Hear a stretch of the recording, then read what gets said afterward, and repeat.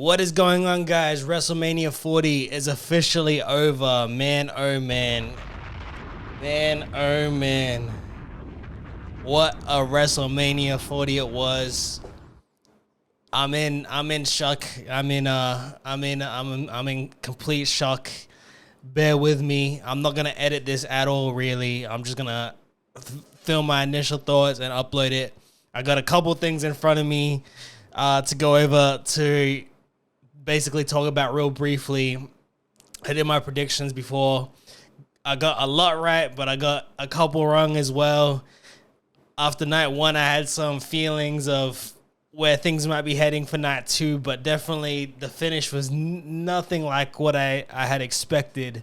But anyway, let's get right into it real quick. Night one, let's just get the obviouses out of the way, the stuff that, the big things that people aren't really going to talk about too much.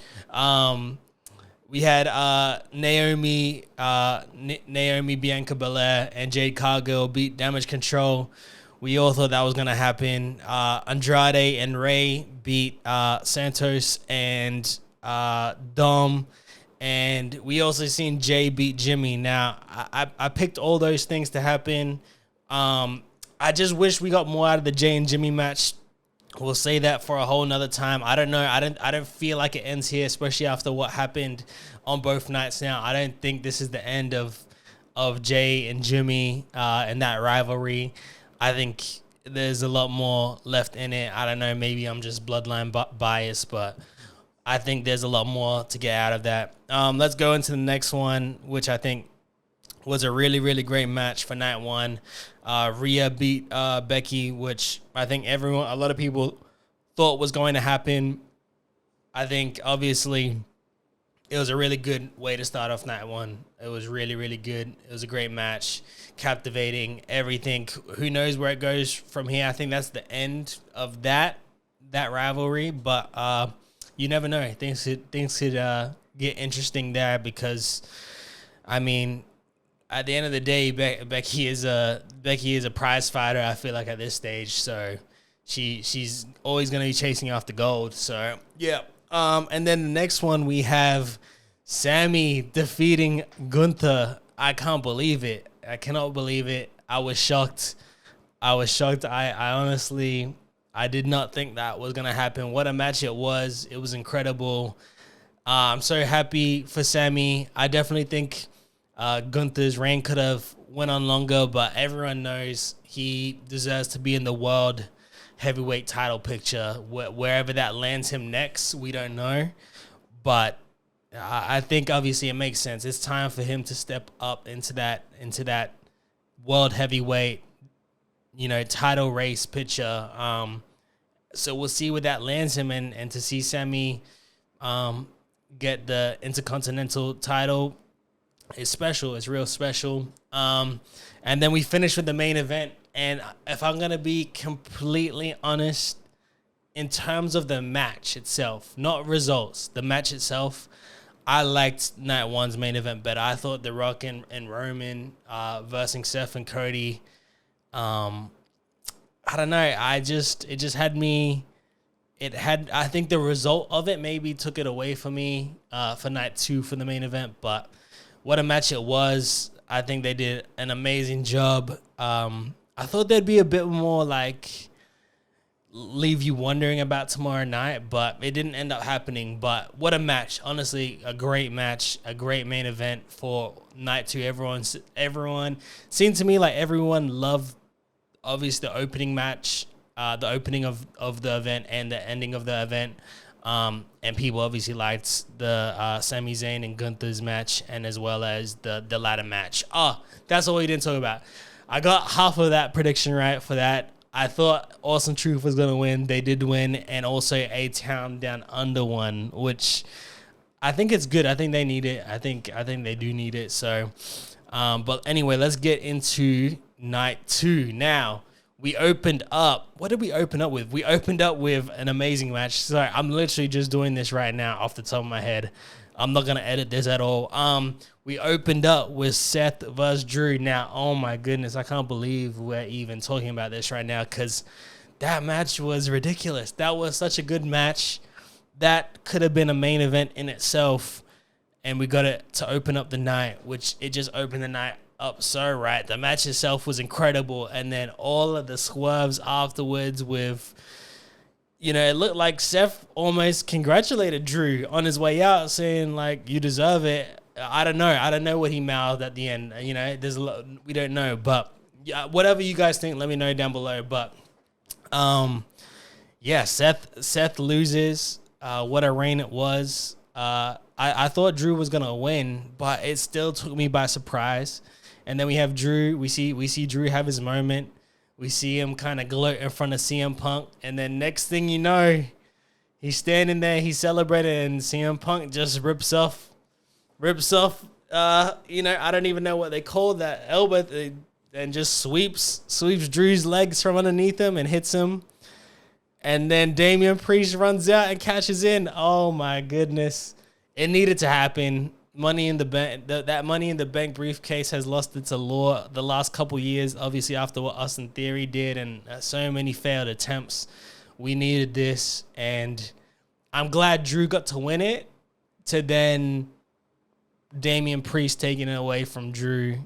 I'm glad Drew got that moment, and when he got that moment, I really thought They took me. I thought they really had given it to Drew, and he was going to sail off into the sunset and show up on Monday Night Raw tomorrow with it over his shoulder.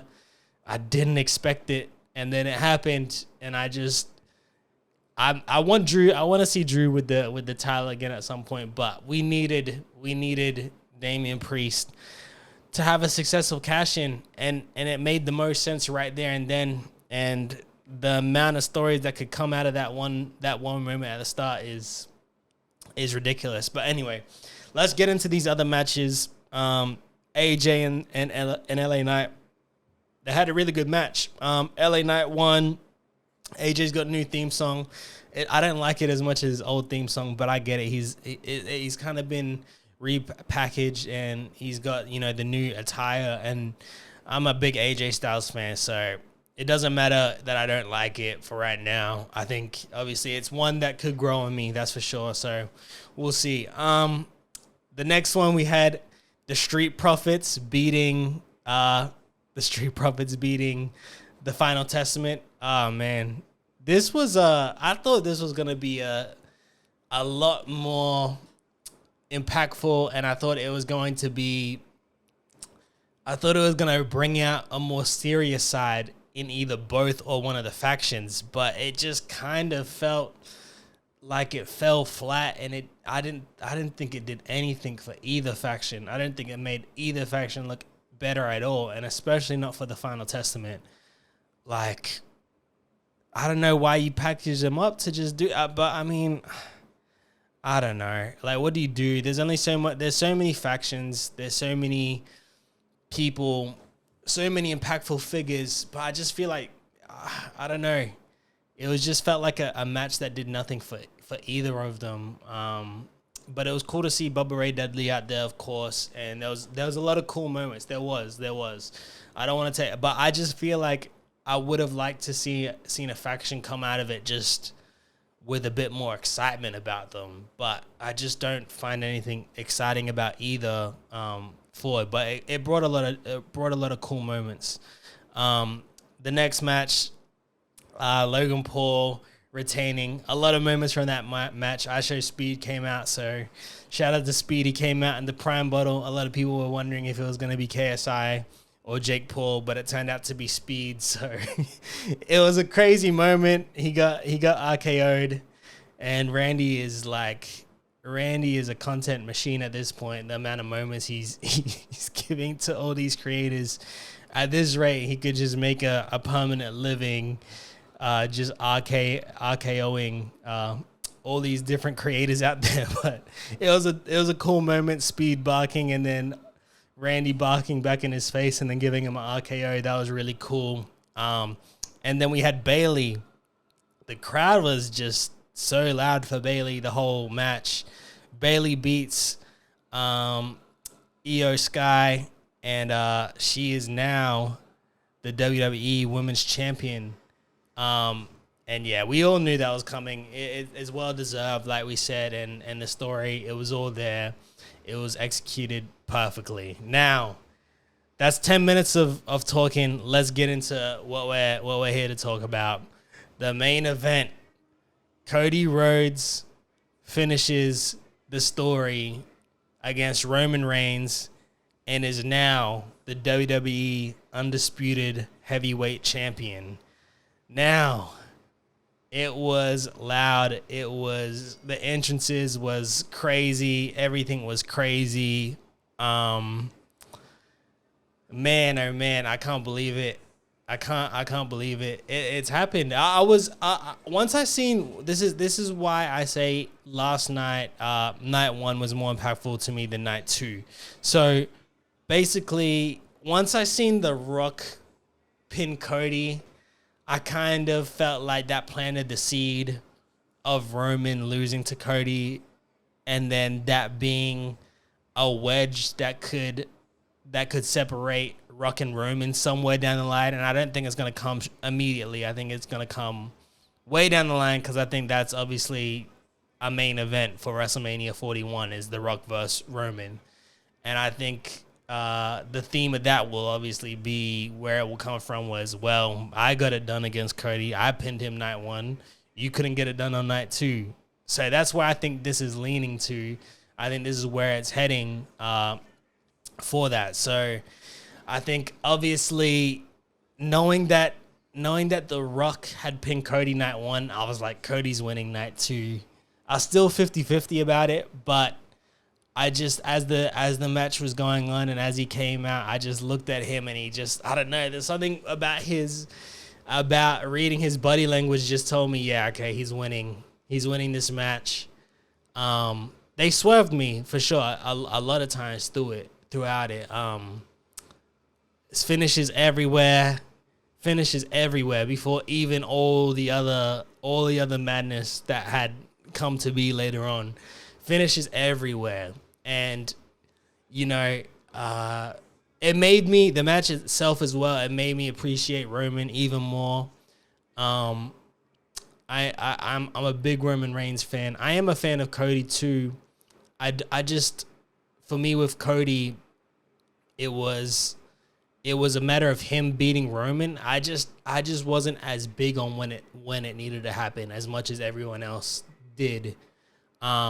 You know, everyone else wanted it now, and it made sense to the Royal Rumble with the whole situation that came to be with that.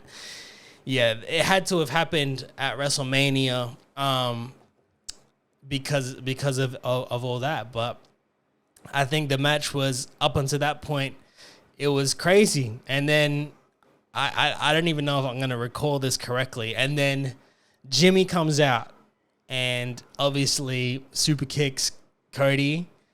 Then the next thing you know, Jey comes out and spears Jimmy off the stage onto tables. That was ridiculous.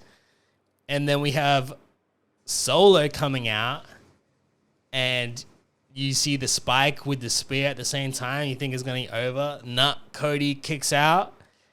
And then you have Cena come out and get Solo, put him through an announce table.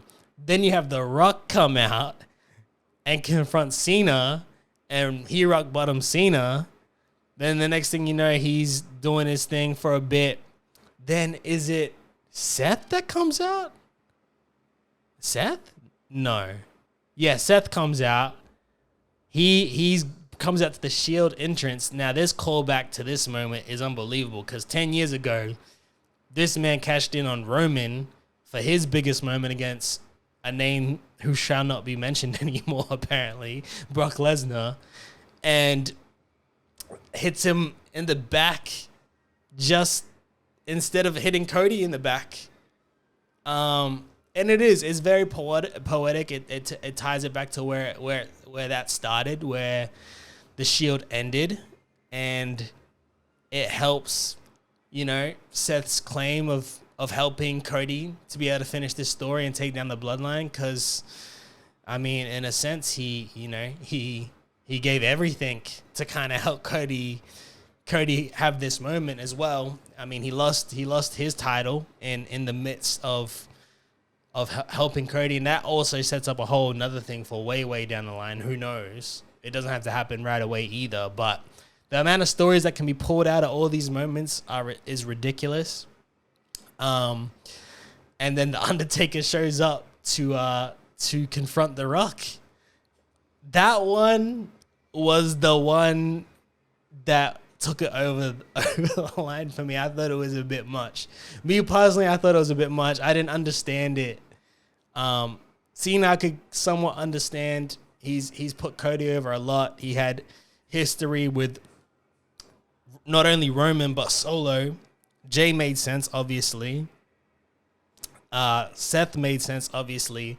Undertaker's one where you kind of lose me, and I'm like, why though? Like, I didn't think it needed to be that way, you know? Like, I think there's way better people that could be a part of that moment. Even someone like Randy, you know? I know it's WrestleMania and people want the... I don't know. I'm more someone that wants logical sense, and I think the moments could be put in other segments in WrestleMania.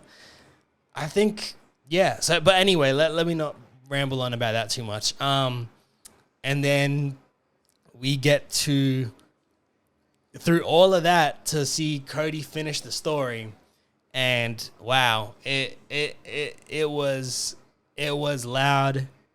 It was still shocking, even though you thought it was gonna happen. It was still a shock to the system. The crowd went crazy. People came out from the back. You see Randy, you see CM Punk, you see Kevin, you see Sammy, you see Jey come back from diving off a stage that has to be almost 10 foot high. You have his family, his wife, they all come out, and yeah, what a moment. He has done it. He has finished the story. My only thing with it is that I wish in a sense that the moment could have just been the moment by itself, and we didn't have so much other big names stepping in to the moment. I know that might be an unpopular opinion. I know I'm probably going against the grain a little bit in regards to that. I think people, like I said, the only name where I think it just went too far was Undertaker, and I felt like it was just a bit random. But I just feel like I wanted to see Cody finish the story by himself, in a sense of doing it alongside the people that he's been doing it alongside of for months. And that was the case since last year's Mania, when, you know, he was trying to get Sammy and KO on the same page. So even those names, Sammy and KO, could have been a part of it. I just wish there was a bit more of that. I think Undertaker and Cena could have been used in a way where they were wishing him the best of luck before the match, and then he goes out into the match. I think that would have been just as impactful for, the regard of Cody. I think that would have been just as impactful. And I just think the story of seeing Sammy Sammy and KO want to take down the Bloodline and Randy, that makes sense to me. But Undertaker and even Cena, to a degree, it just seemed like, okay, we're just taking moments for moments, but this should be Cody's moment. It should be Cody and Roman's moment to building the story to this point.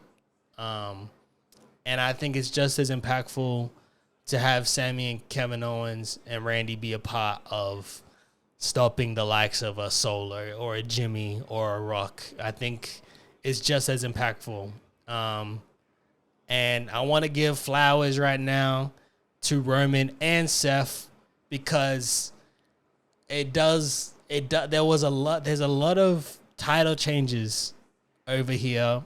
Sammy's obviously deserving, but it does feel like the beginning of a new era, but it's weirdly one where it's like, I don't think Roman or Seth are outside their prime. I think they're still in it, and I think they've hit their stride with their prime for a while now, and I think to see these reigns kind of finish at the same time, and now we're going in with two new champions that ultimately haven't been a face of the company or the brand of SmackDown or Raw before. It's a very interesting time. So I think Cody obviously can do it. I think Damian Priest is someone who needed to cash in successfully. I'm not overwhelmed. Like with Judgment Day, I've been kind of off the idea of the Judgment Day as a whole for a little while now. I'm kind of over it, me personally. Not the talent within it, but just the faction itself. I thought the last couple months, prior to all this, I was just over it a little bit. But we'll see. Like I'm always someone who says we'll see. I don't want to be negative. I just wish. Obviously, I'm glad to see Cody finish the story, and he is the one to dethrone Roman Reigns.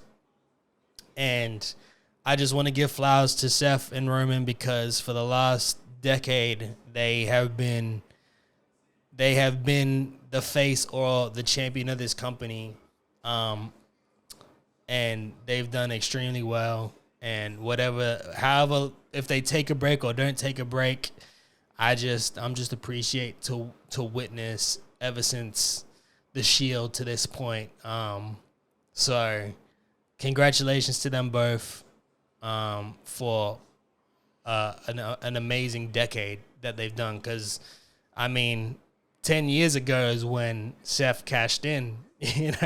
Seth cashed in on the greatest cash-ins of all time at WrestleMania in the main event to finish off WrestleMania. And here we are 10 years later, and those two names are still here to finish off WrestleMania, and I don't think they're any past their prime at all. I think they're within their prime, so I can't wait to see what happens next. I can't wait for Raw tomorrow. I'm so glad to be able to watch what I have watched and to get these many twists and turns in a story. Has been an amazing journey, and I can't say anything more about it. I'm honestly amazed as to how WWE had made this all come together how it did. But again, congratulations to everyone involved. One day I hope to be there in the flesh of a WrestleMania whenever that happens. But until then, the story continues for everyone, and I'm just here for the ride as always. But let me know what you guys think below. What was your favorite matches? What did you predict right? What did you predict wrong? What do you think is gonna happen next? And do you disagree with me that how I think that maybe the main event was kind of overbooked or kind of didn't make as much sense as it could have? I know, it's WrestleMania, you want these moments, but let me know what you guys think down below. I appreciate you all for tuning in. WrestleMania 40, it's been real. Peace.